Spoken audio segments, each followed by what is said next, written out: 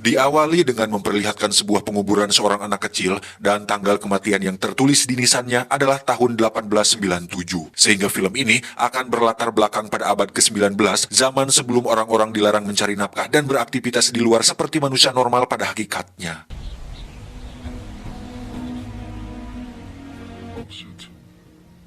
Moments such as these. Yang menarik adalah desa ini dikelilingi oleh hutan belantara yang mana mereka semua mendirikan pagar pembatas atau pohon pembatas dan menara untuk melindungi semua penduduk desa dari makhluk mengerikan yang menghuni hutan tersebut. Sehingga semua penduduk dilarang dan tidak pernah meninggalkan desa tersebut sama sekali.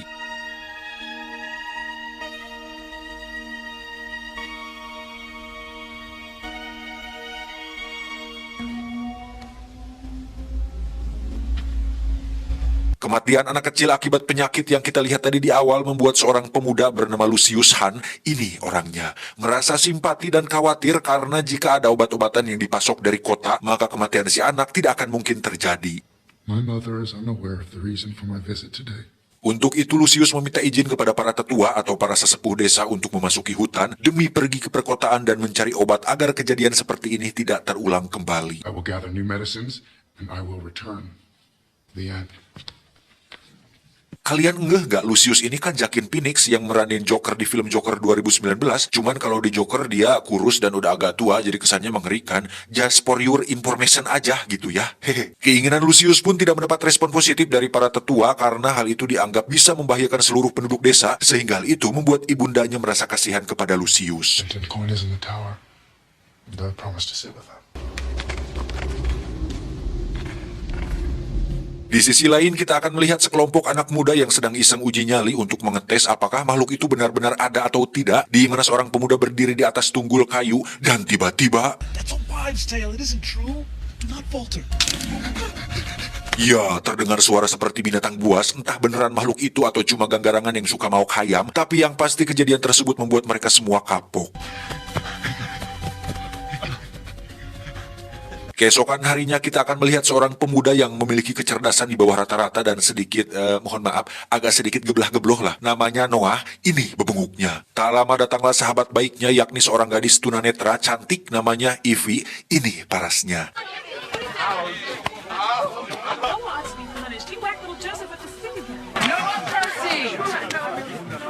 Stop your fussing right this moment. Saat sedang bermain udag-udagan, mereka berdua pun menghampiri Lucius yang sedang calik sendirian di balik batu, untuk kemudian Noah mengambil buah beri warna merah dari sakunya, lalu diberikannya kepada Ivy sebagai hadiah. This color attracts those we don't speak of. You must bury it. Hal itu pun membuat Lucius kaget karena selain warna merah dilarang di desanya karena bisa memancing makhluk itu muncul, buah beri tersebut ternyata diambil dari luar dinding pembatas oleh si boloho Noah ini. Where did you find this?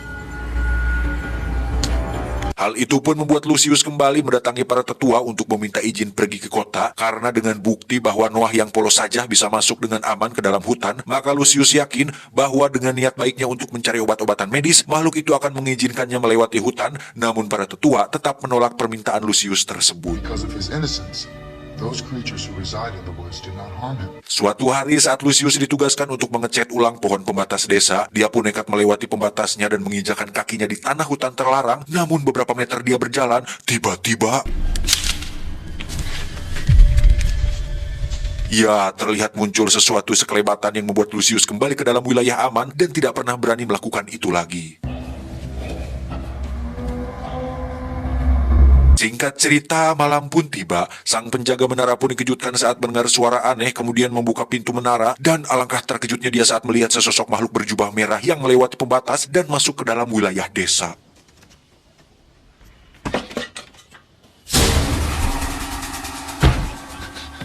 Dengan cepat dia pun membunyikan lonceng darurat sehingga seluruh penduduk langsung paburencai dan masuk ke dalam ruang persembunyian mereka masing-masing. Lucius sendiri bersembunyi di balik dinding rumah, di mana kita akhirnya akan melihat makhluk itu dengan cukup jelas, jari tajam yang panjang cucuk yang memenuhi punggungnya, sehingga hal ini menyiratkan bahwa makhluk itu kemungkinan adalah hasil perkawinan manusia dan landak laut.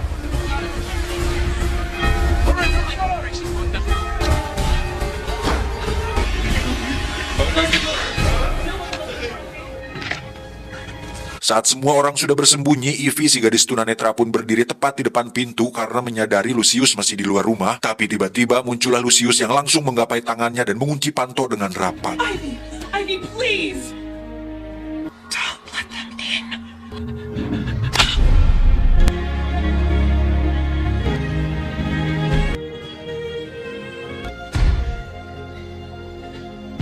Esoknya diadakan kumpulan di aula desa untuk mencari tahu siapa penyebab makhluk itu datang dan akhirnya Lucius mengaku bahwa dia telah melanggar aturan dengan melewati pohon pembatas tempo hari. Pizarro. Lucius Hunt. You are fearless in a way that I shall never know. Suatu hari diadakan acara pernikahan kakaknya Ivy dan pesta pun berlangsung meriah, tapi tiba-tiba terdengar suara peringatan yang membuat semua orang kembali paburencai, di mana saat semua orang sedang paciweh, Ivy pun dibuat kaliuran dan lagi-lagi muncullah Lucius yang berhasil menolongnya, sehingga muncul sedikit kereteg hati yang membuat Ivy jatuh cinta kepada Lucius. They're in the village. They left more warnings. Peringatan itu sendiri disebabkan oleh penemuan beberapa hewan ternak yang mati dikuliti dengan organ dalam yang terkoyak. Entah makhluk itu masih ngambek atau apa, tapi yang pasti kejadian itu membuat ibunya Lucius dan ayahnya Ivy semakin menjadi khawatir karena perlu diketahui bahwa orang tuanya Ivy dan Lucius ini adalah termasuk dari anggota tetua desa, terutama ayahnya Ivy yang merupakan gegedug atau pemimpin para tetua sekaligus keturunan langsung dari orang yang mendirikan desa Walker ini. The hides and feathers are missing. There are marks on the door. Kedekatan antara dua sejoli Ivy dan Lucius pun semakin hari semakin terjalin erat sehingga mereka berdua memutuskan untuk menikah dalam rangka membina mahligai cinta yang abadi. When we are married, will you dance with me?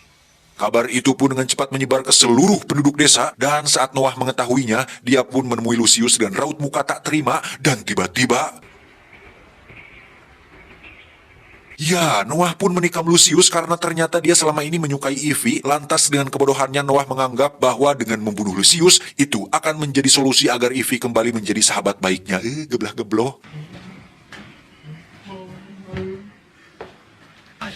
Upon his close hands, the blood was not his own, and he will not speak as to...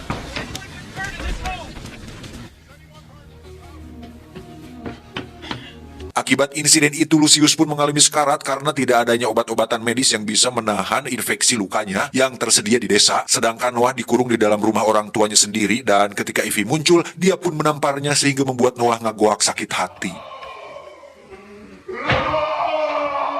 Untuk menyelamatkan sang calon suami, Ivy pun meminta izin kepada sang pemimpin para tetua alias ayahnya sendiri untuk pergi ke kota dan mencari obat-obatan, di mana akhirnya kita akan mengetahui kenyataan yang sebenarnya tentang desa ini. Very best not to scream. Makhluk itu sendiri hanyalah fiktif di mana para tetua menggunakan sebuah kostum monsteran yang mereka simpan di rumahnya masing-masing dan ayah Ivy sendiri menyimpan kostumnya di gudang tak terpakai di belakang rumahnya. It is only farce. Ayah Ivy pun menjelaskan bahwa dulu memang ada rumor tentang makhluk itu yang tertulis pada buku sejarah saat dirinya masih tinggal di kota dan para tetua memutuskan untuk memakai cerita itu dengan tujuan agar keturunan mereka tidak pernah meninggalkan desa ini dan pergi ke kota dan tetap tinggal di sini dengan penuh kedamaian dan kebahagiaan. We did not want anyone to go to the towns, Ivy. Karena tidak ingin anaknya kehilangan sang calon suami, ditambah ini merupakan kejadian pembunuhan pertama kali yang terjadi di desa mereka, ayah Ivy pun menceritakan keinginannya untuk mengirim Ivy anaknya memasuki hutan dan pergi ke kota untuk mencari obat-obatan, dan meski para tetua lain menolak rencana tersebut, ayah Ivy tetap mengirim Ivy pergi ke sana dengan ditemani dua warga desa lain. We have agreed never to go back. Never! I cannot bear it! You have jeopardized everything we've made. If it ends, it ends. Dengan bermodalkan kekuatan cinta dan ingin kawin, Ivy ditemani dua orang warga desa pun mulai memasuki hutan terlarang, yang mana rumor tentang makhluk itu masih samar-samar apakah memang benar ada atau tidak, sehingga saat mereka bertiga semakin masuk ke dalam, satu di antaranya memilih untuk kembali ke desa karena terlalu takut untuk melanjutkan perjalanan. Stop, please. Do not leave us. Stop. Tersisa Ivy dan satu warga yang masih bertahan, di mana si warga itu pun sama takutnya dengan yang lain, sehingga Ivy memintanya untuk kembali karena ini bukanlah tanggung jawabnya. Ivy yang tidak bisa membedakan antara warna hitam dan putih pun melewati malam pertama di dalam hutan sendirian, hingga saat fajar menjelang, dia pun melanjutkan perjalanan dan tak sengaja menemukan sebuah lubang yang membuatnya hampir terperosok.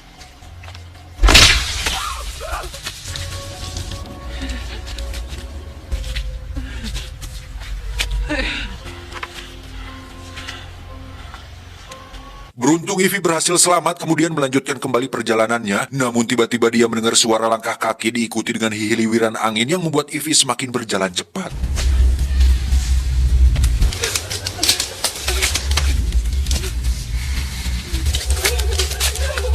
Dan saat berada tepat di tengah kumpulan bunga berwarna merah, muncullah makhluk itu yang langsung disadari oleh Ivy, sehingga dia mencoba sebisa mungkin untuk menghindar dari kejaran makhluk tersebut. Tapi tiba-tiba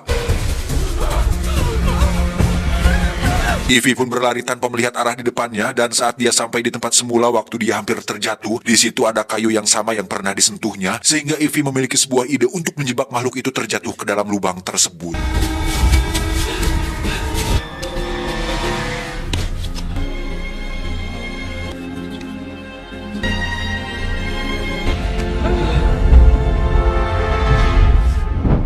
Dan setelah Ivy berhasil membunuhnya, adegan pun beralih ke rumah orang tua Noah, di mana mereka berdua dikejutkan saat menyadari bahwa Noah tak sengaja menemukan kostum makhluk itu yang mereka simpan di bawah lantai rumah mereka, sehingga makhluk yang barusan menyerang Ivy adalah si Noah yang telah kabur dari rumah dan mencoba untuk mendapatkan Ivy kembali. He found one of the suits we kept under the floorboards. Dan karena kebodohannya, Noah pun harus mati di dalam lubang tanpa Ivy menyadari bahwa itu adalah Noah, sekaligus menganggap bahwa makhluk penghuni hutan memang benar adanya.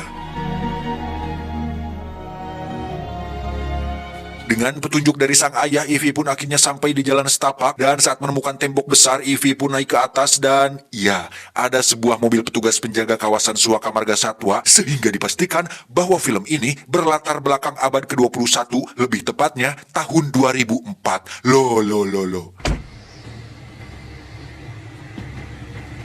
Di saat bersamaan, ayah Ivy dan ibunya Ivy pun membuka kotak rahasia milik mereka, di mana di situ tersimpan semua rahasia bagaimana semuanya berawal, yang ternyata para tetua dulunya adalah orang kota yang tergabung dalam kelompok konseling, di mana mereka semua mengalami depresi saat anggota keluarga masing-masing mengalami tindak kekerasan, pelecehan, penipuan yang dilakukan oleh orang-orang jahat di kota. Dan sebagai seorang profesor yang mengajar sejarah di Universitas Pennsylvania, ayah Ivy pun memiliki sebuah ide atau gagasan untuk menciptakan sebuah desa di mana anak-anak dan keturunan mereka akan terhindar dari hiruk-pikuk kehidupan modern kota dan hidup bahagia di sebuah desa yang mereka ciptakan sendiri. Oh, jadi seperti itu. American History, University of Pennsylvania. I have an idea. Kembali ke Ivy yang memberikan resep obat kepada petugas Suaka itu, di mana si petugas nampak heran dengan pakaian yang dikenakannya dan cara dia berbicara yang nampak seperti seseorang dari abad ke-19. Namun saat melihat air mata dan ketulusannya, si petugas itu pun pergi ke kantornya untuk mencari kotak medis yang bisa diberikan kepada Ivy. I need to find a doctor of medicine. Is someone hurt? Dan kita akan melihat rekan si petugas yang sedang membaca koran, di mana si rekan ini nampaknya adalah bagian dari orang yang melindungi Suaka sekaligus desa tersebut, karena saat mendengar bahwa si petugas menemukan seorang gadis yang muncul dari kawasan hutan, si rekan ini pun memperingatkan si petugas untuk jangan membicarakannya kepada siapapun, karena terakhir kali ada kejadian seperti ini, pemerintah langsung menginterogasinya untuk jangan buka mulut, sehingga bisa disimpulkan bahwa sang profesor alias ayahnya si Ivy telah bekerja sama dengan pemerintah untuk menjaga dan melindungi desa tersebut. Gate, Kevin. Maintain and protect the border. Satu lagi, si rekan pun mengatakan bahwa alasan kenapa mereka tidak pernah melihat pesawat terbang di kawasan ini adalah sesuai permintaan dari pemerintah yang melarang pesawat melintasi kawasan hutan Suaka Marga Satwa tersebut. Sehingga sekarang semuanya menjadi cukup masuk akal dan mengejutkan. Don't cause me any troubles. Do not get into conversations. Satu lagi, si rekan ini yang membaca koran ini adalah M. Night Shyamalan sendiri alias sutradara film ini, dan itu seringkali dia lakukan dalam film-film seperti yang kemarin saya bahas tuh, Split dan Unbreakable, trilogi Unbreakable. Dia selalu muncul loh dalam filmnya.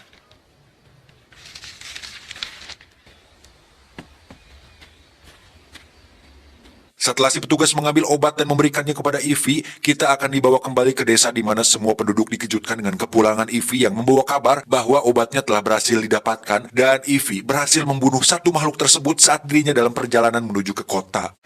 Ivy has returned with medicines from the towns. She was attacked by a creature. Kabar itu pun langsung membuat kedua orang tua Noah menangis karena sudah mengetahui bahwa yang dibunuh itu sudah pasti adalah Noah, anak kandung mereka. Namun sebagai pemimpin para tetua, ayah Ivy pun menegaskan bahwa kematian Noah bisa menjadi kesempatan mereka untuk menguatkan cerita tentang keberadaan makhluk itu, di mana kematiannya akan direkayasa seolah telah dibunuh oleh makhluk tersebut. Your son has made our stories real. Alhasil, desa ini pun bisa terus berlanjut dengan penuh kedamaian dan semua keturunan mereka akan menganggap bahwa iPhone dan rice cooker adalah benda aneh yang mungkin diciptakan oleh alien. I'm back, Lucius. tamat, ending yang cukup mewadulkan.